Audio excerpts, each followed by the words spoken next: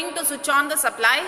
See, the DB is switched on so that current flows through the switch to the main. See, main switch is switched on, so current starts flowing to the auto transformer. So in order to get desired voltage, you have to adjust the auto transformer. In the circuit, we have to set the standard voltage, that is you have to give 415 volt to the input of input volt. You have to give input supply as 415 volt. So you are varying the auto transformer. See, you can see the voltmeter is showing deflection. Move on the auto transformer until it reaches 450 volt, 415 volt. That is the standard 3-phase AC supply, right? Now you can see, you can take the reading as 415 volt. Now see the ammeter reading. Ammeter is showing 0 deflection. Why? Because you are not loaded the circuit, so the circuit is not complete. Now see, there is no power drawn in the circuit. So as we have not loaded the circuit, so see you have W0, that is wattmeter is 0 and the energy meter is not moving because it is not drawing any current, power, energy, right? Now we are going to give supply. That is, we are going to vary the current by varying the load. See, you can see various knobs here. First I am switching on the main switch so that the circuit is complete. Now you are varying the load. You are giving 500 watts. Now check the meters. See, the ammeter is showing deflection, that is current is flowing. If your circuit is having any mistake, then the current will not flow through the circuit, or there may be short circuit, then it will show high deflection. In that case, you have to switch on the supply immediately. Now see, it is showing deflection, ammeter showing deflection, wattmeter showing deflection, 2 wattmeters are showing deflection. Now if any of the wattmeters shows negative deflection, you have to interchange M and L or C and V. Here both are showing positive deflection.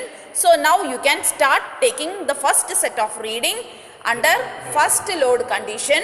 That is, you can take the reading 415 volt. You can take the ammeter reading as 2.95 amps. Now you can see take the first wattmeter reading, that is 110 watts. Now you can take this reading as this wattmeter reading 1100 and this is 1000 watts, right? Now you can see the energy meter here. You can see the energy meter here. Look at the energy meter. This is the old type of energy meter. See, it is the disc of the energy meter is moving, right? So using stopwatch, you have to take the revolution. For one revolution, what is the time taken? For another set of reading, for 2 revolution, take the set of time taken. So repeat for various set of reading, for different revolution, take the corresponding time, right? Now I am going to vary the load using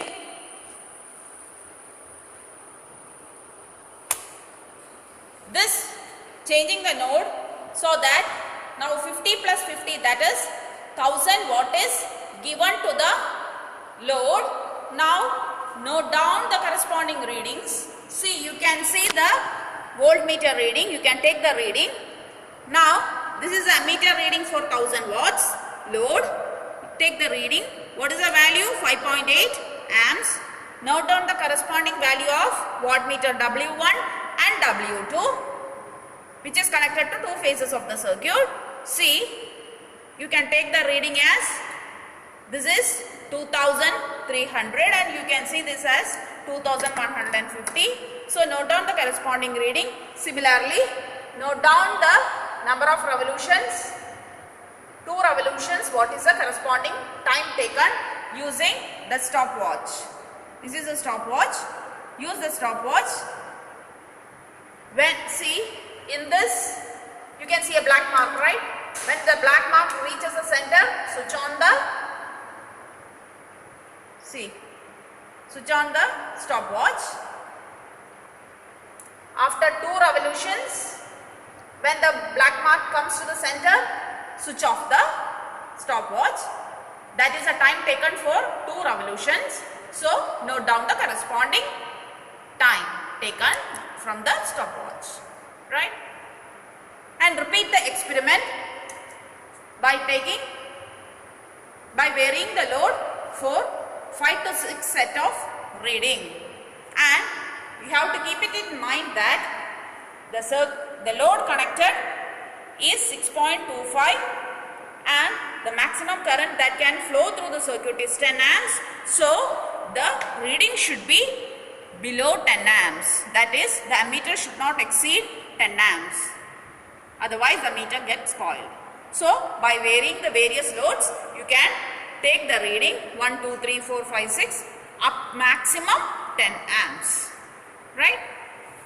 Now, after taking the corresponding reading, you have to bring back the load to the initial position, that is load to 0.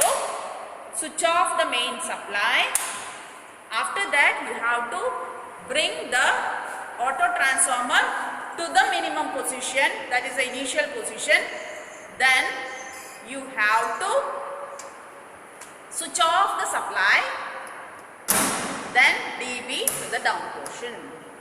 Okay.